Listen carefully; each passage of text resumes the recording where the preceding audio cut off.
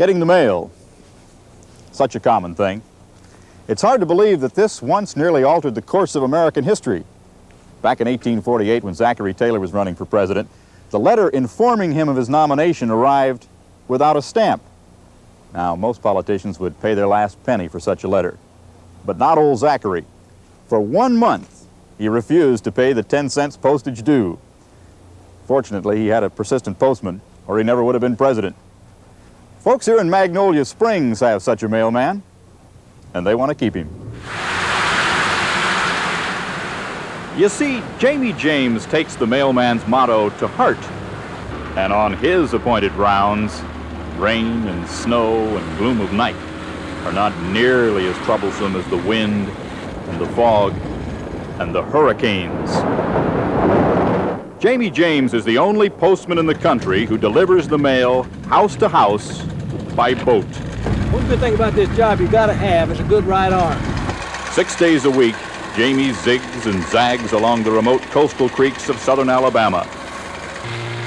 He must make his 25-mile run in an open boat because of low-hanging branches near the shore.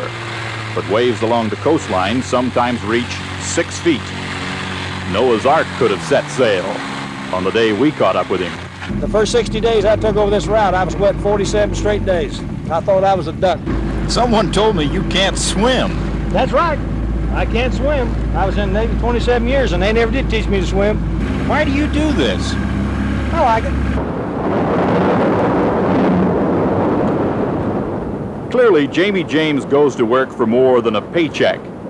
Out in his boat, alone against the wind, he is moved by the same spirit that put men into small, rickety planes to sail over barns. Skimming the shore, stirring reflections of pine and cypress, Jamie is a mirror of another time.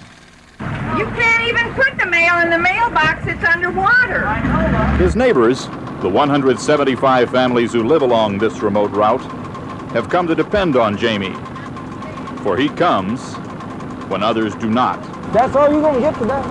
Jamie brings their letters and mails their packages, but he also carries the news. He is their daily link to one another. Hi, Jim. I see your friendly alligator's not up there this morning. In an age of faceless governmental bureaucracy, such neighborly attention is remarkable. Nothing in the box. Is it surprising, then, the U.S. Postal Service is not sure it's worth it? Okay, I gotta get you. 2 years ago, the department wanted to eliminate the water route, until Jamie's neighbors pointed out the taxpayer got Jamie's boat, and the gas to run it for $8,000 a year. Oh, Jamie, I bet you had a terrible day. Jamie doesn't want gratitude, just an occasional cup of coffee. You know darn well I would. For today, Bob Dotson, NBC News, Magnolia Springs, Alabama.